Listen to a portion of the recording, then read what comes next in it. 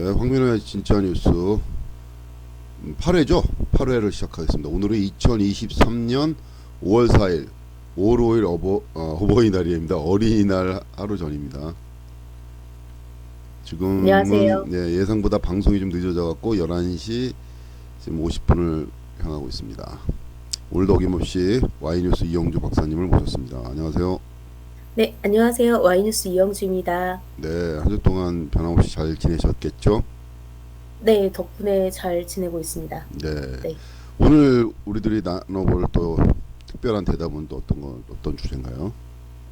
청취자분들 많이 아실 것 같아요. 케냐 네, 동부 해안 도시의 말린디에 위치한 기쁜 소식 국제교회 지도자가 네. 그 신도들을 아사하게 한 사건을 좀 준비를 해봤습니다. 그 아프리카 네. 케냐에서 있었던 일이죠? 그러니까요. 네. 예, 그래서 소식을 조금 전해드리면, 네, 현지 시간 2일인데요. 그 예, 지방 도시 말린디에 위치한 기쁜 소식 국제교회라고 하는데 이게 사이비 종교로 이제 지정이 된 음, 종교거든요. 근데 음, 거기에서 지도자 폴 은탱케 맥켄지가 예, 이제 법정에 출두하게 됐어요. 이 사람은 자신을 따르는 신도 109명을 네, 굶어 죽게 한 혐의로 기소가 됐거든요. 네, 그런데 그를 대리하는 두 명의 변호인은 논평을 거부한 상태고요. 그가 기소된 이유가 이제 굶어 죽게 한 거였었잖아요. 그 이유가 뭐냐면 예수를 만나기 위해서는 본인이 굶어 죽어야 한다. 이렇게 음, 가스라이팅처럼 이렇게 그런데 또 실제로 굶어 죽게 한 거거든요. 그래서 그 교회 소유 그러니까 교회가 소유한 숲속에서 네, 시신들이 아주 많이 발견이 된 거예요. 이런, 네. 그래서 그 사람이 이제 그 신도들에게, 그러니까 추종자들이죠. 금식 명령을 내린 사실을 그는 부인하고요. 변호사들은 이제 앞서 말씀드린 것처럼 논평을 거부한 상태고, 현재까지 발굴된 게 한 101구 정도 된다고 하는데, 어우, 8명은 예, 구출 과정에서 병원 이송 중에 이제 사망을 해서 109명이 사망이 된 거고, 근데 또 케냐 적십자사는 접수된 실종자만 300여 명이라고 해요. 그래서 앞으로 음, 사망자는 더 늘어날 거다. 이렇게 전망을 하고 있습니다. 또 이 사람이 네, 부모가 두 아이를 집안에 가둬서 굶겨 죽인 사건이 있었는데 참, 거기에 연루되어서 지난달에 이제 구속 기소됐었는데 보석금을 내고 풀려났다고 해요. 또 약간 아이러니인 건 뭐냐면 이 사람이 법정 심리를 앞두고 있잖아요. 네. 그런데 구금 상태에서 단식 투쟁을 벌이고 있다고 합니다.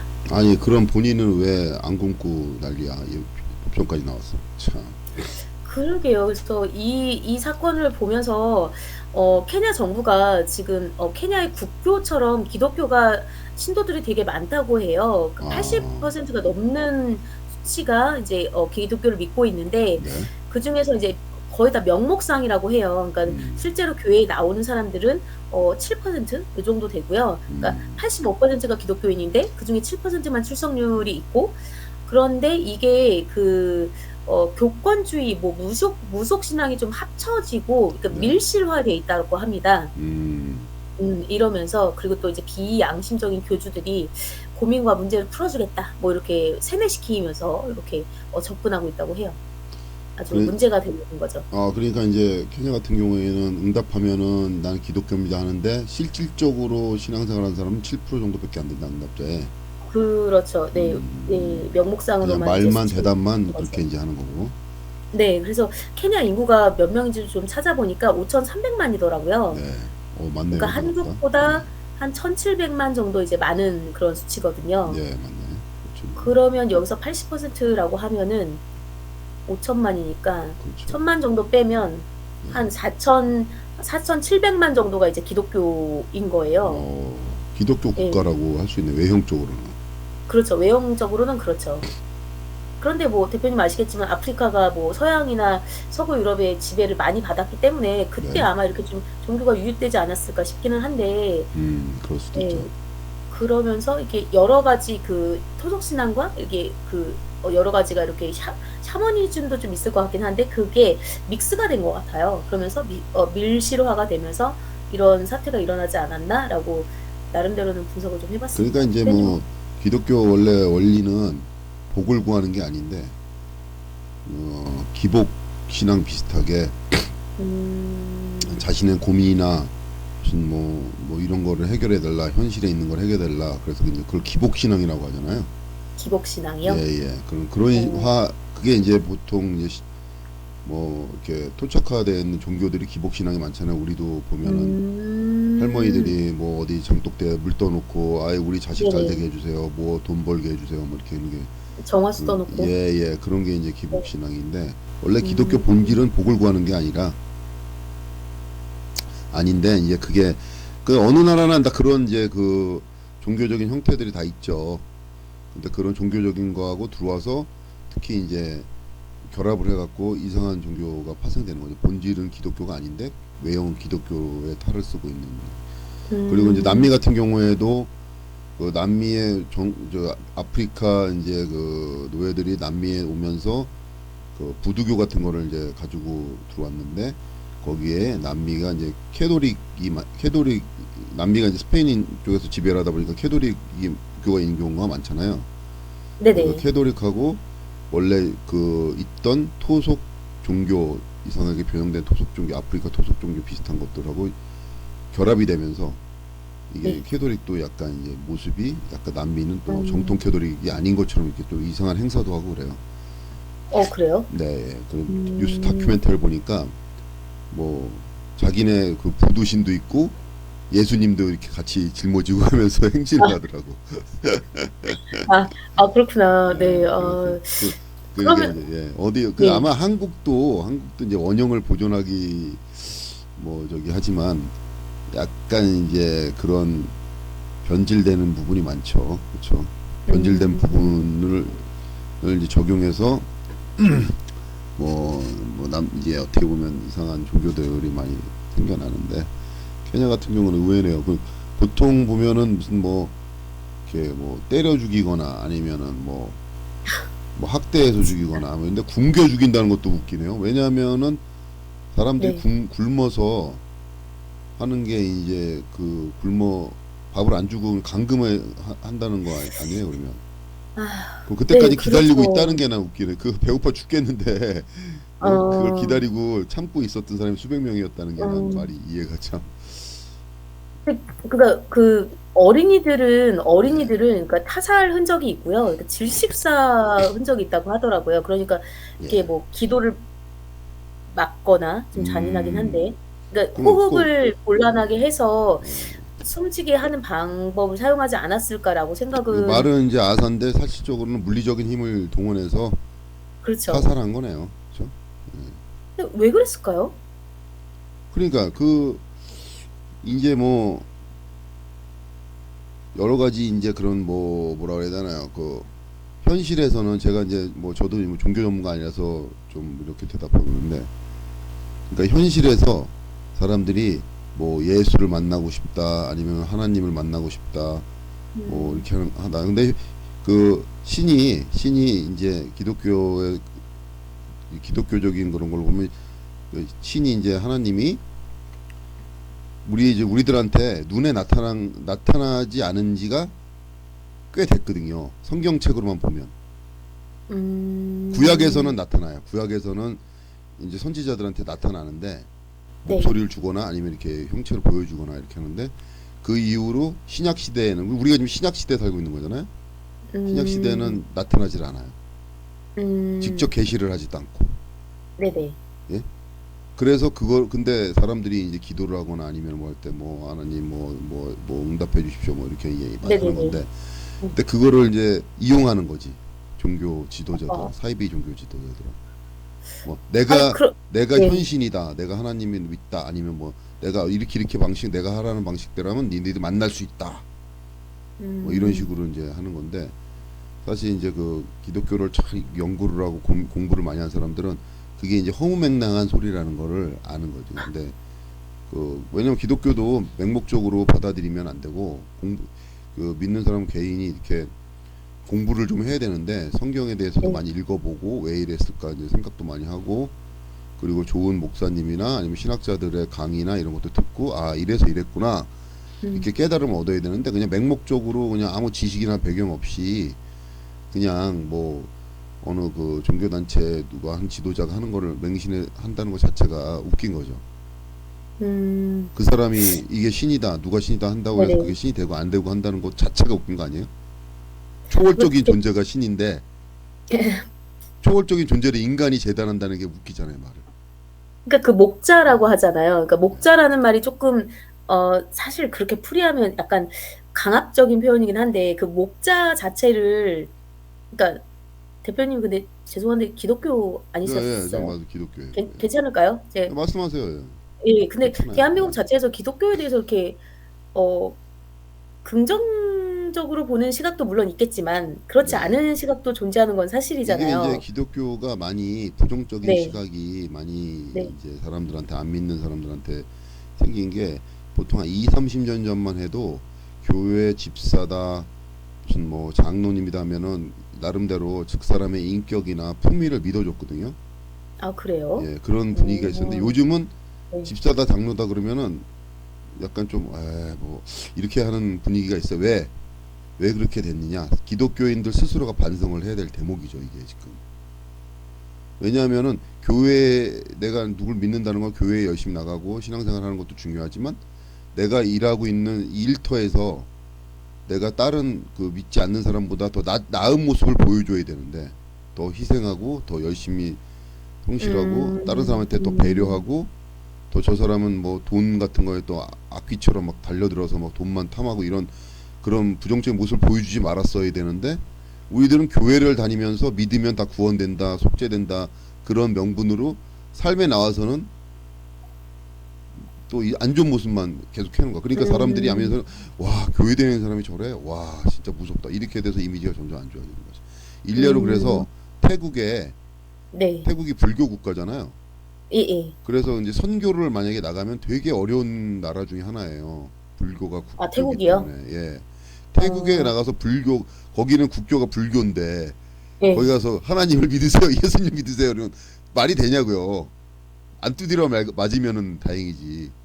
근데 어떤 아, 선교사가 예. 근데 우린 보통 그러면 강압적으로 막 하잖아요. 믿으세요. 믿어야 됩니다. 안 그럼 지옥 갑니다. 막 이렇게 하잖아요.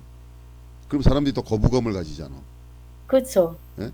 근데 예. 한 선교사가 어떻게 했냐면 태국에 선교를 가서 저도 들은 얘기인데 자기가 선교사란 얘기를 이제 신분을 밝히지만 교회를 다녀라 뭐 나와라 뭐 하나님이 뭐 믿어야 된다 예수님 이렇다 이런 얘기를 절대 안 해. 종교적인 걸 절대 안 하고 예. 그냥 주변에 있는 사람들한테 예? 그냥 뭐 일주일에 한 번씩 집에 초청해서 밥을 주고 그다음에 그냥 재밌는 얘기 살아가는 음, 얘기하고 또 그 사람이 음, 주변에 있는 이웃이 어려운 일을 겪었어요. 음, 그럼 가서 도와주고 아무 뭐 대가나 조건 없이 훌륭하시다. 그렇게 3년을 하니까 3년. 교회를 나오지 말라 그래도 독실한 불교 신자들이 교회를 나와서 개종을 하더래요. 그게 300명이 넘었대. 아, 태국에서. 한국 사람이요? 예, 한국 사람이 그랬던 거예요. 와, 실제로 지금 태국에 대박이네요. 내가 뭐 저도 들은 얘기라서 누가 그러더라고. 오, 그러면서 어떤 목사님 선교사가 그 얘기를 하더라고.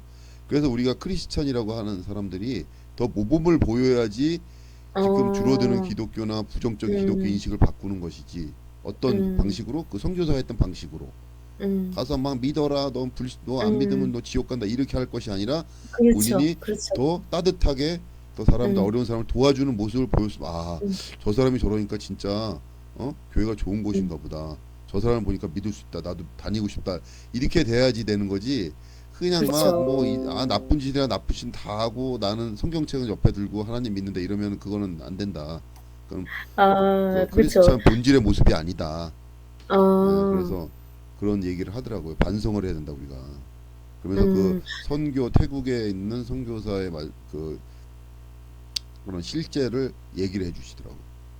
훌륭하신데요? 어느 분이신지 모르겠지만 정말 그분도 지혜로우시네요, 선교사예요. 진짜로. 그분도 외국 나가서 하신 선교사분인데 아, 그분이 이제 그렇구나. 와서 말씀을 하시더라고. 네네.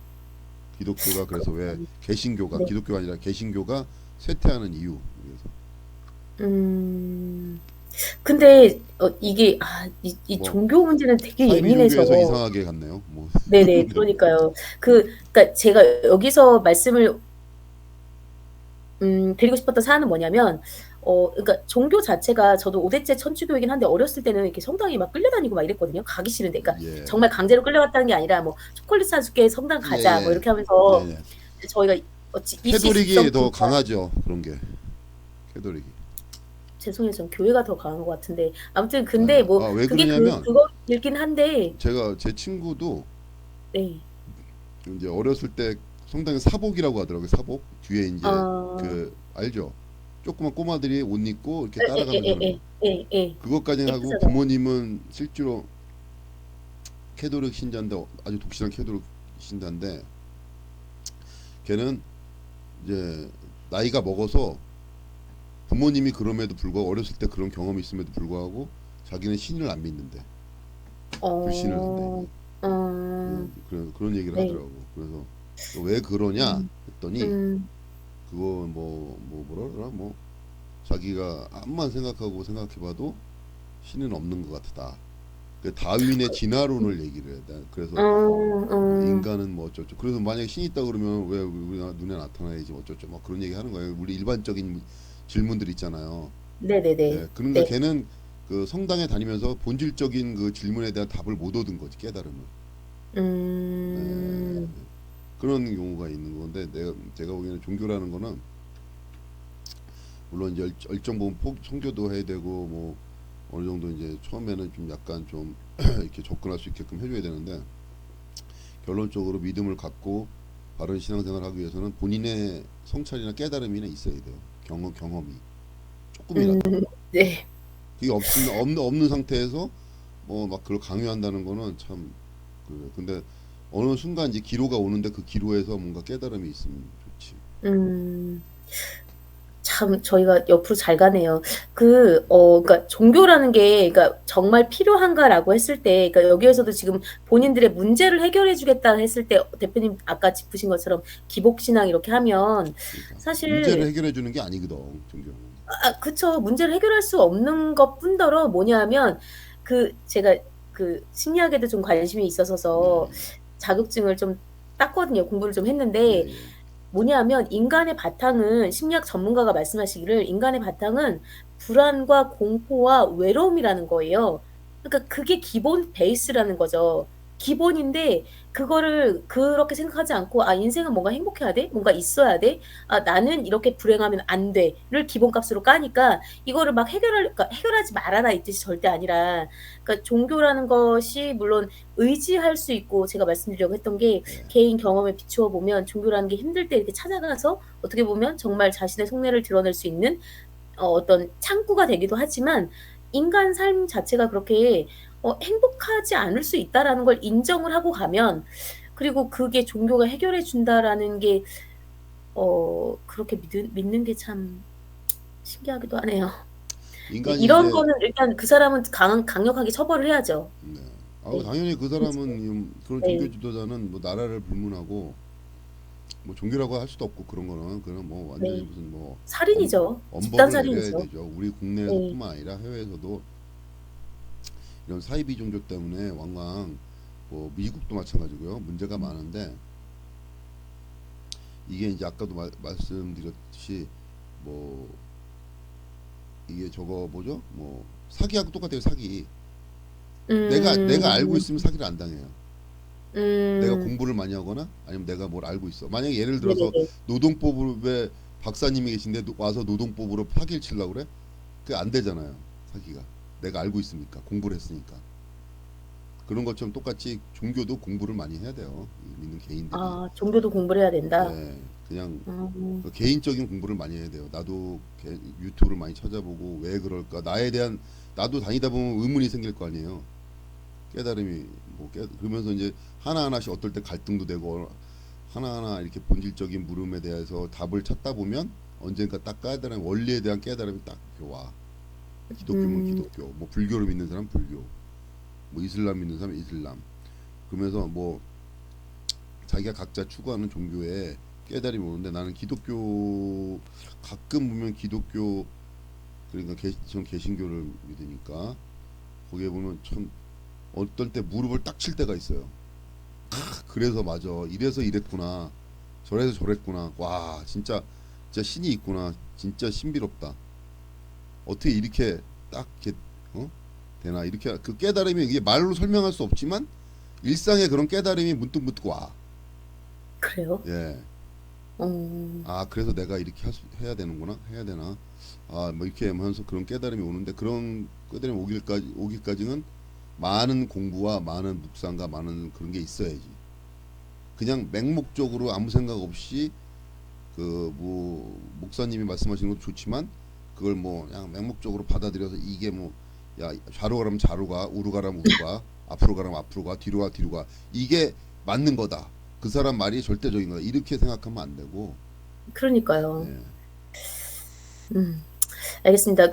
일단 뭐 근데 그 마무리를 케냐에 있는 해보면, 그분들은 내 이름 아니고 케냐에 있는 그분들은 아무래도 그런 거에 대한 거를 없이, 체험 없이 그냥 그 목사 뭐 음, 종교 음, 지도자가 하는 대로 이렇게 막 맹목적으로 따라하다 보니까 그런 불상사가 있었고, 또 그걸 이용하려고 네, 했었고, 또 그걸 또 물리적으로 주변에 도와주는 사람이 있었다는 게 이제 문제가 된 거죠. 그래서 이런 경우는 네, 사이비 종교 같은 경우는 저는 엄벌을 국가적으로 이거 대대적으로 엄벌을 쳐야 된다고 생각해요. 몸에 우리가 바이러스나 병이 네, 생기면은 몸이 병들잖아요. 네, 그러면은 뭐 정상적인 활동이나 이런 게 안 되잖아요. 우리가 생각이나 사고나 또 뭐 종교에서 뭐 영혼이나 이런 게 병들 수도 있는 거거든. 정신이. 음, 음, 그게 정신을 병들게 하고 나쁘게 하고 그 사회에 영향을 미치는 게 사이비 종교라고 생각하거든요. 나는.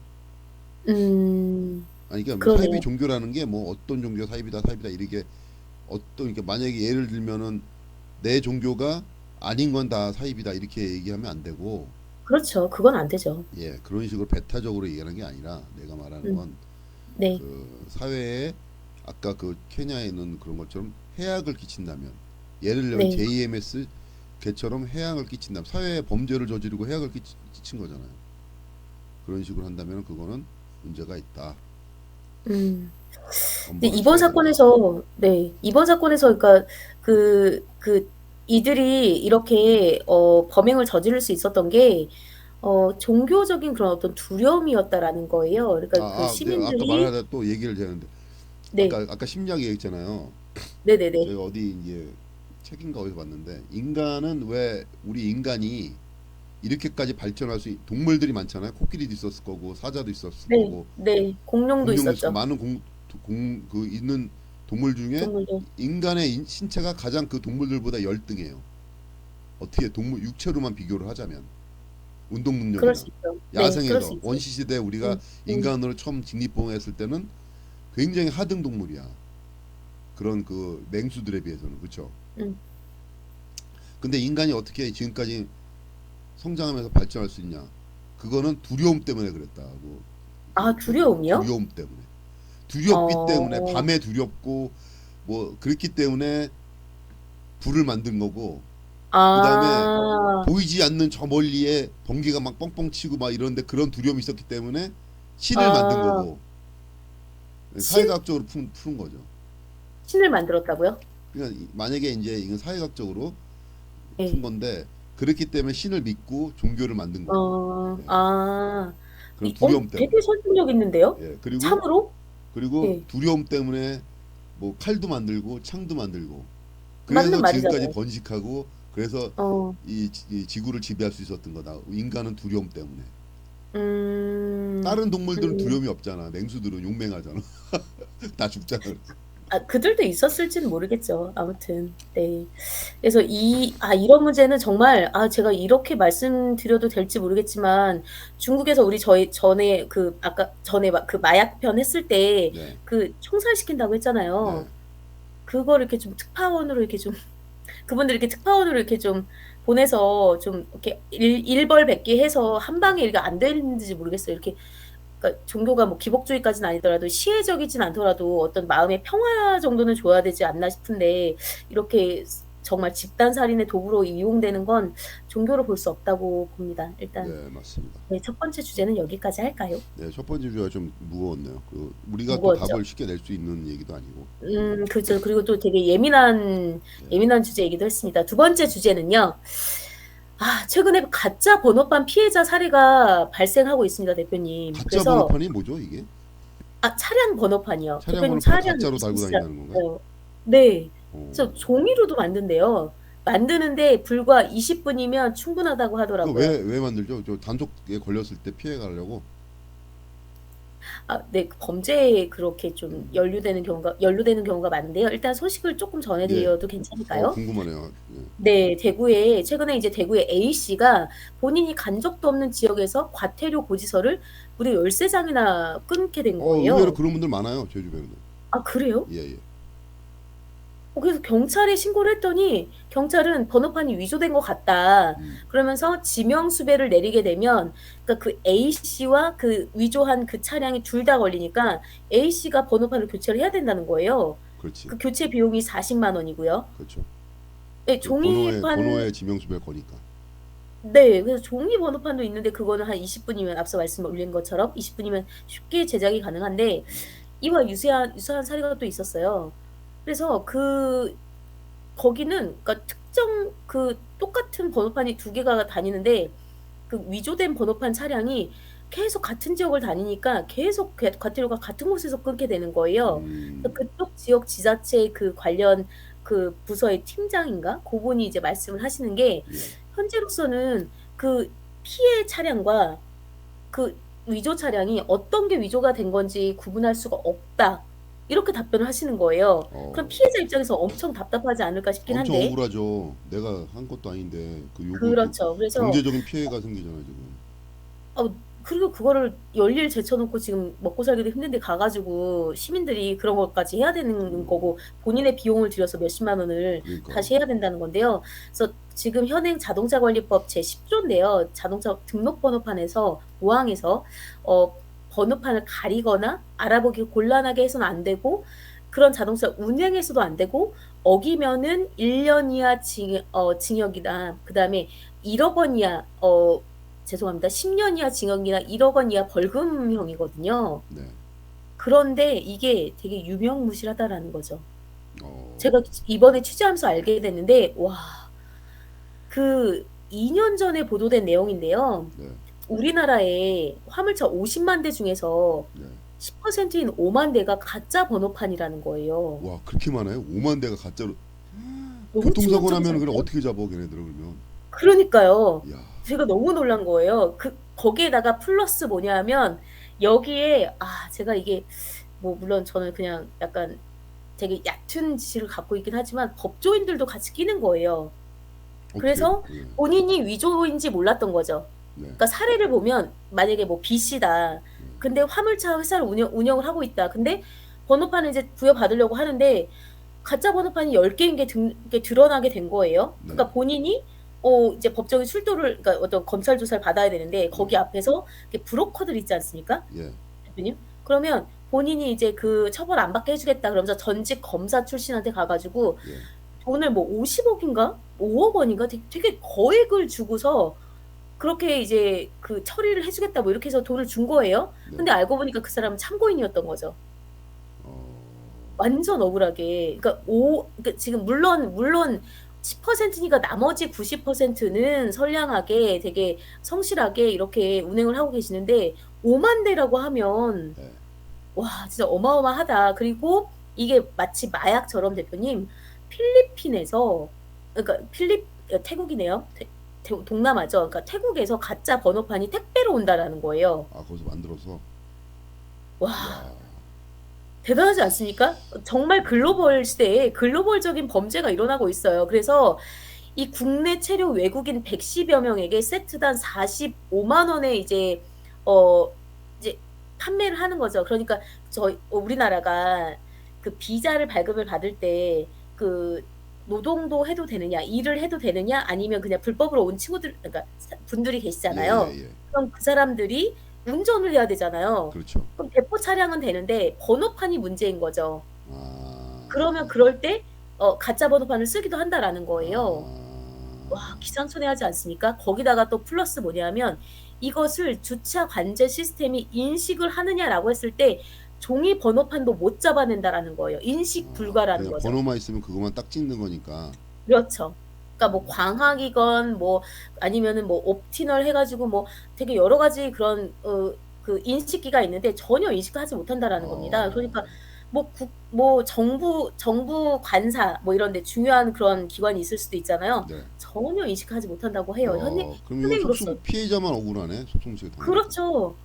그래서 이게 진짜 와, 이거는 정말 구멍이 정말 제대로 뚫리지 않았나 이런 생각이 좀 들더라고요. 아니 그 많은 자동차를 차 굴려봐서 알지만 차를 굴리는 사람이 얼마나 많은 세금을 냅니까?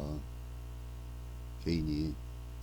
그렇죠. 차 맨 처음에 차 사면은 차를 샀죠. 차 취등록세 내지요. 그 매년 면허세 자동차세 내죠. 내지요. 네. 기름에는 또 세금 엄청나게 무시하게 또 들어가 그렇죠. 있죠. 개인이 세금을 진짜 엄청나게 내요. 차를 끌고 다니면서 1년에 세금 계산하면.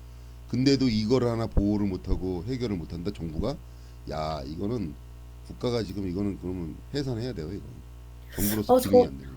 이게 이제 뭐 감정적으로 대응하는 게 아니라 만약에 A 씨 그 피해자의 사례를 제가 겪었다 이렇게 생각해 봤을 때 정말 저는 정말 아주 많이 답답할 것 같습니다. 왜냐하면 일단 저희가 뭐 놀고 먹는 사람들이 아니고 제가 피해자인데 그러니까 그 시청에서는 담당자들은 누가 피해자인지 모른다 이렇게 얘기를 하면서 40만 원이나 들여 가지고 40만 원이 사실은 적은 돈이 절대 아니지 않습니까? 그렇죠. 정말 재벌 3 세가 아닌 이상은 아 그 돈을 꽁돈으로 들여서 가만히 있다가 40만 원 없어지는 건데 그게 얼마나 과태료도 억울해요. 나왔잖아요. 예. 과태료도 나왔잖아요, 과태료도. 과태료까지는 또 내가 덤탱이 예예. 그러면 뭐 열세 건이라고 하면 그것까지면 거의 돈 100만 원 좀 될 텐데 돈도 문제이긴 하지만 그게 문제가 아니더라도 안전사고를 봤을 때 대표님 아까 말씀 주신 것처럼 화물차가 50,000 대가 가짜 번호판이 다니는 상황이라면 아 이거 문제가 있다.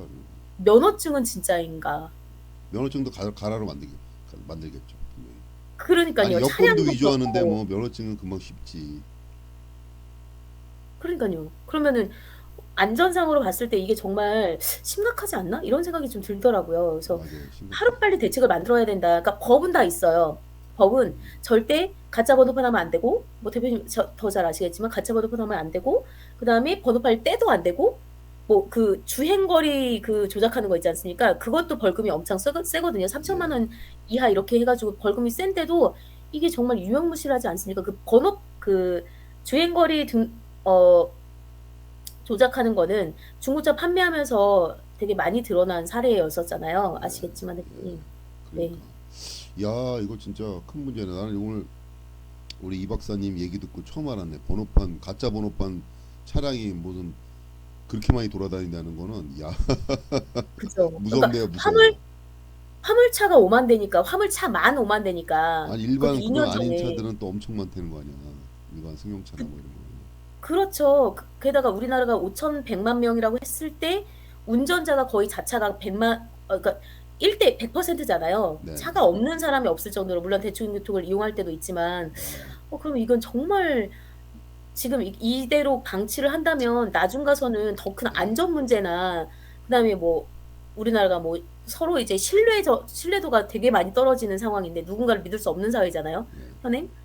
그렇게 됐을 때 이게 '빨리 처리를 해야 되지 않을까.'라는 아 이거는 진짜 강력하게 무슨 뭐 판단입니다. 단속이나 뭐 제재 수단을 가동을 해야지. 음주 단속할 게 아니라 가짜 번호판 가짜 면허 단속을 좀 해야 되겠네. 그래서 그러네요. 차를 막고. 예? 음주 단속 후 불어서 할 게 아니라 기계 뭐 장비 마련해 갖고 차 지나가는 거 밤에 불시 단속 좀 해야 되겠네 경찰에서. 근데 그게 가짜 번호판이 뭐 어떻게 잡아내죠, 그거를? 잡아낼 수 있는 일단은 방법이 있을까요? 잡아낼 수 있는 방법은 없죠. 눈으로 육안으로 어떻게 알 수가 없으니까 그러니까 밤에는. 서류상으로 이제 소유자를 이렇게 확인을 해야 되는 건데 근데 제가 그러면 뭐 문득 드는 개인정보 생각은 이건 되게 불편한 전 근대적인 방법인데 운전면허 있잖아요. 운전면허. 네. 운전면허에다 자기 차 번호를 박아 놓는 거예요. 그러면 만약에 아. 단속을 하면은 운전면허 네. 주세요. 그러면 딱 보면은 차하고 왜 틀리죠? 렌트카입니다. 그럼 어. 렌트한 거 영수증 줘보세요. 아. 아 없으네. 나 내리세요. 차 번호 틀리니까. 그리고 차적 조회하고 신분 조회하는 거지. 그럼 띠디디 이 사람 저기 차 몇 번 소유자는 누군데 이거 가짜입니다. 연행 딱 이러는 거. 연행. 바로 연행? 네. 근데 이렇게 말씀드리면 제가 너무 회의적으로 바라볼 수도 있을 것 같긴 한데 그 서류조차 그 면허증조차 위조 가능하지 않나요? 그 근데 이제 면허증 위조는 이제 저 경찰이 이제 그 만약에 검문을 하게 되면 길거리에서 차를 네. 단속하면 면허증 달라 네. 그러잖아요. 네네. 그 면허증 주고 자기도 이제 이렇게 면허증 주민등록번호하고 이게 보고 이게 뭐 대조를 하잖아요. 그 저기 예, 예, 예. 네. 운전면허 쪽에도 또 네. 이게 뭐 알아볼 수 있는 또 비표시가 또 있어요. 그런 아, 걸 일단 한번 걸를 수가 있어. 홀로그램? 예. 예, 걸를 수가 있잖아. 신원 조회를 아, 해서 걸를 수가 또 무전기나 이런 걸 신원 조회해서 음, 걸를 수가 있는데 음, 차는 아예 걸를 수가 없으니까.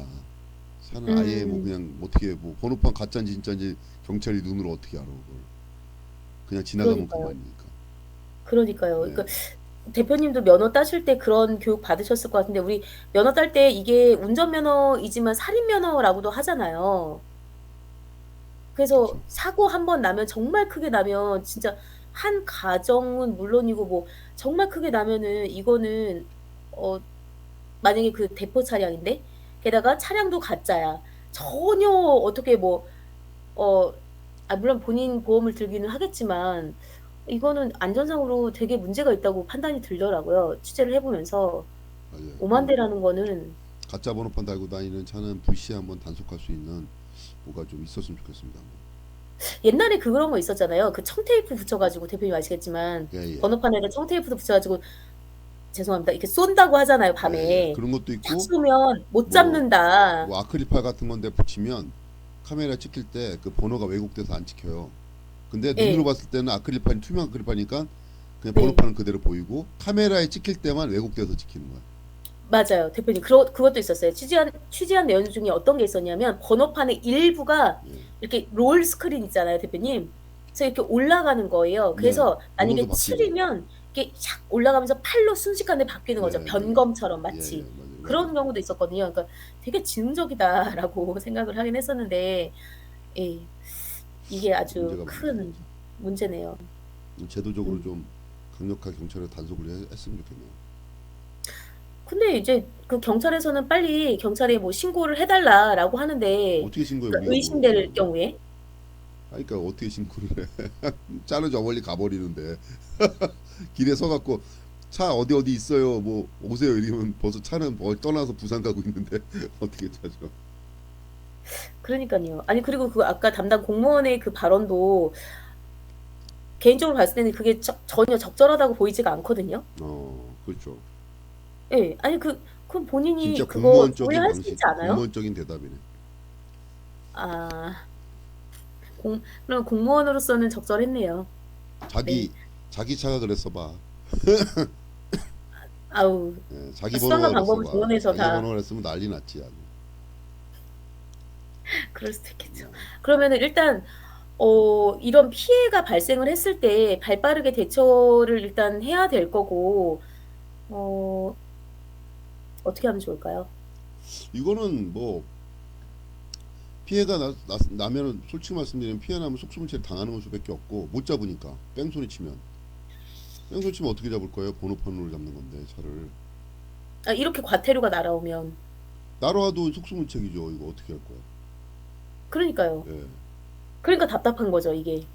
그러니까 이거는 지금 뭐 우리 방송을 뭐 윤석열 대통령이나 경찰청장 이런 사람 듣진 않겠지만, 예? 이걸 만약 이런 문제가 불거지고 계속 있으면 이거는 이 뭐라 해야 되나 이 피해자들이 난리 치는 수밖에 없어요. 방송국을 찾아가든 아니면 국회를 찾아가 어떻게든 개인 민원을 내든 에휴 그냥 내가 돈 내고 번호판 바꿔버리면 그만이지 이렇게 할 문제가 아니다 이거지. 와, 저는 만약에 제가 그런 일이 일어났다면 정말 지구 끝까지 찾아가고 싶다라는 생각이 들 것 같습니다. 만약에 그랬다면. 그쵸. 근데 현실적으로는 또 찾아갈 수 있는 방법이 그러니까 없으니까. 어렵긴 하죠. 어려운데 그냥 넘어갈 수 없는 문제인 것 같습니다. 그래서 이게 번호판이 그러니까 글로벌적으로 이렇게 움직이면서, 그러면 인터폴도 가동을 해야 되고 뭐 여러 그쵸. 가지 문제가 그런 있는데요. 걸로 해서 뭐 이렇게 큰 사건도 아닌데 이런 건 가볍게 생각한다고 수사기관에서는. 에이 뭐 그 정도쯤이야 이렇게 생각하는데 사실은 그런 가볍게 생각하는 그런 것 때문에 그게 연결돼서 방관하는 사이에 그 차를 이용해서 더 큰 범죄가 저질러질 수 있는 거거든. 그렇죠. 예. 그렇죠. 맞아요. 마약을 실어 날릴 수도 있는 거고, 맞아요. 예. 네. 그 차로 그래서 사람을 죽이고 도망갈 수도 있는 거고. 그렇죠. 예. 그러니까 그렇기 때문에 여기에 너무 경각심. 쉽게 생각하면 안 될 것 같아요. 그 저기 막 경찰 쪽에서 그러니까 좀 이거는 뭐 중요하게 생각해서 대책을 마련해야 되지 않을까. 그러려면 뭔가 이제 우리가 누누이 얘기하지만 국회에서 행안위에서 이런 거를 좀 대정부 질의를 하든가 경찰청장한테 음. 행안부 장관한테 예? 따져갖고 대책 마련해라, 대책 내놔라 이렇게 닥달을 해야지 하지 안 그러면 쉽지 않을 것 같은데. 아, 대표님 이걸 지금 말씀드려도 괜찮을지 모르겠는데 물론 저희가 방송에서 그런 건 아니겠지만 모 경기도 의원이 그 대학생 아침밥 1,000원 예예예. 그거 보셨죠? 예. 대표님 기사 우리가 얘기한 접하셨죠? 뒤로 제도화가 됐어요. 네. 네. 한 일주일인가 열흘 있다가 해가지고 정부에서 좀 어, 또 돈도 얼마 안 네. 드는데 예산 마련해서 좀 주면 아, 되지. 네. 그거 돈이 얼마 든다고 뭐 하는 거냐 이렇게 했더니 바로 네. 예산 수립을 해. 개인적으로 너무 뿌듯하더라고요. 뭐 예, 저희 나도 깜짝 방송을 때문에 그런 놀랐어요. 건 아니겠지만 뭐, 정말 뿌듯하더라고요. 흐뭇하고 '잘 됐다.' 이런 생각이 들더라고요. 그러니까 만약에 이거를 지역 정치인이시든 위정자분들께서 들으신다면 이게 이런 거 하나하나가 다 위민 아닙니까, 대표님? 그렇죠. 시민을 위한 정책이니까 그렇죠. 제발 좀 해결을 좀 속히 하루속히 시민들이 편하게 일상에 전념할 수 있도록 도와주셨으면 맞습니다. 감사하겠습니다. 예. 네. 그리고 좀 뭐야 CCTV 감시 뭐 그 보면은 이제 속도 카메라 많잖아요. 네. 속도 카메라 많은데 제발 이건 뭐 논의 얘기인데 제발 내리막길 바로 밑에다가 좀 카메라 좀 설치하지 마세요. 아니 그 말이 됩니까? 차가 언덕 내리막길에서 차는 네. 중력이나 관성의 법칙에 의해서 가속도가 붙을 수밖에 없잖아요. 그쵸? 붙죠. 가속도가 근데 짧은 내리막길이면은 괜찮은데 긴 내리막길 같은 경우에는 가속도가 엄청 붙어요. 차가 내려가다 보면. 그러면 그 차를 멈추기 위해서 브레이크를 잡는 게 더 위험해. 아, 예, 그럴 수 있죠. 그 예. 앞에 시속 50km 막 요즘 30km 막 해놓고 그것도 내리막길 가서 좀 주행하다가 속도를 좀 줄일 수 있는 공간을 만들어 놓은 것도 아니라 내리막길 바로 끝에다가 카메라를 딱 설치해놨어. 어디죠? 의정부 어디입니까, 거기? 포천 축소고개. 예? 포천 자, 축소고개 내리막길. 포천 시의원님들 잘 들으셔야겠어요, 지금. 이건 경찰에서 할 문제인데 아니 네. 내리막길 바로 밑에다가 해놓으면 거기 축소고개 맨 꼭 엄청 높아요. 거기서 쭉 탄력받아서 브레이크를 뭐 계속 밟으면서 내려와야 돼. 이게 말이 됩니까 이게? 그게 눈길이나 이럴 때는 위험하겠어요, 상당히. 눈길도 위험하지만 아니 네. 차가 이게 이제 알고 있는 사람들이 미리 속도를 줄이고 브레이크를 밟으려 하지만 모르는 사람 갑자기 내리막길에 80, 90 가는데 앞에 딱 카메라 있어. 갑자기 그 브레이크를 밟으면서 큰 사고가 나는 거거든. 그렇죠. 예? 그런 거를 아니 그러니까 내리막길에다가 가속하지 말라고 설치하는 취지는 알겠는데 바로 내리막길에서 좀 지나간 다음에 세워야지. 바로 내리막길 밑에다 세우는 사람들이 어딨습니까 그 카메라를? 누가 그렇게 한 거예요? 누가? 진짜. 아니, 그러니까 이게 저는 우리나라가 약간 이렇게 급성장 고속화 이렇게 되면서 뭔가 이렇게 약간 죄송합니다. 왁구가 잘 안 맞춰졌다. 왁구가. 그러니까 제대로 뭔가 이렇게 재정비를 좀 해야 된다. 뭔가 세밀하게 그런 작업이 좀 필요하지 맞아요. 않을까라는 예. 생각입니다. 저는 맞습니다. 오늘 여기까지 하겠습니다. 예. 일단 오늘 운전할 좋은 때 조심조심 해야죠. 일단은. 뭐 일단은. 조심하는 거는 이제 운전자의 기본인데 네. 그게 이제 조심을 유도하면서 더 위험을 초래하게 만들면 안 된다 이거죠. 조심하게 그쵸. 한다는 명목으로 더 위험을 초래하게 만들어. 위험을 더 부담시켜. 예? 갑자기 그냥 카메라를 나타나게 한다거나 내리막길에서 더 아니 그러니까 속도를 줄여야 되는 건 맞는데 내가 속도 네. 줄이고도 차가 탄력을 받고 가니까 속도 줄이는 게 그쵸. 어렵더라고요. 네네. 그래서 알고 맨 처음에 이제 겪으면은 저 카메라 있으니까 줄이지만 안 줄이고 모르는 초행길인 사람들은 그냥 쭉 내려오다가 100km 막 90km 되는데 저쯤 가서 줄여야지 생각하고 있는 내리막길을 끝에다 딱 해놓으면은 갑자기 그 브레이크 잡으면 대형 사고가 날 수 있다 이거예요. 그래서 이렇게 좀 카메라 하나 설치하더라도 좀 물론 이제 징수를 해서 돈을 뽑는 것도 좋지만은 안전이 더 우선이라 생각해서 돈보다는 안전이거든요. 그러면 이제 단속이 많이 안 되니까 뭐 네. 그런 것도 실적도 문제가 있겠지만 그래도 사람 생명이 중요한 거지. 그러다가 대형 사고 나면 누가 책임집니까 이거를? 아휴, 그럼 또 법 하나 만들고 뭐 그러겠죠. 아휴, 진짜. 그러니까 좀 네. 하여튼 네. 여기까지입니다. 나도 네. 갑자기 끝에 내가 요 근래 그 딱지를 하나 떼었거든요. 그러니까 제가 그걸 물어볼까 열받아. 근데 혼내야 되는 이제 것 같은데 이제 물어볼까 하다가 그러신 것 요즘은 또 같긴 왜 이렇게 한데. 다들 무슨 뭐 50km, 50km 와 진짜 뭐 군대에서 군 차량이 규정 속도가 40km예요. 무슨 다 군대 차량 만들려고 그러나 일반 차량을. 자, 우리가 시민들이 정신을 바짝 차리고 정신을 바짝 차려서 조심조심하고 그다음에 이럴 때 사실 이거 또 방치하는 것도 어떻게 보면은 방관이 될 수가 있으니까 네. 좀 조금이라도 관심을 주셨으면 네, 좋겠습니다. 이건 몇 행안부 가지. 장관이 좀 관심을 가져야 되네. 행안부. 그러니까요. 아, 행안부 장관 정말. 누구예요? 누구죠? 이상 뭔데? 예. 부를까요? 지금 여기 주무시 부를까요? 주무시니까 그냥 아, 주무시게 네. 두고. 내일 부르죠. 그러면 예, 어린이날에. 그러니까요. 네. 예, 네. 알겠습니다. 뭐 운전은 다 각자 조심해야 되고 가짜 번호판은 진짜 이거는 단속해야 된다. 왜냐면은 네. 누가 아, 피해자가 정말. 될지 모르는 러시아 룰렛 같은 그런 상황이라 맞아요. 이런 걸 국가가 사회가 방조를 한다. 그리고 차를 굴리면서 어마무시한 세금을 내는데 그 세금을 받으면서도 모른 척한다. 이러면 정부가 있을 필요가 없습니다. 맞는 이런, 말씀이죠. 예, 그러면 이거 국가가 존재할 동의합니다. 필요가 없는 거예요. 동의해요. 예, 그냥 네. 신속하게 해결해 주시기 바라겠습니다. 자, 동감합니다. 예, 오늘도 여기까지 아주 유익한 대화를 나눠봤습니다.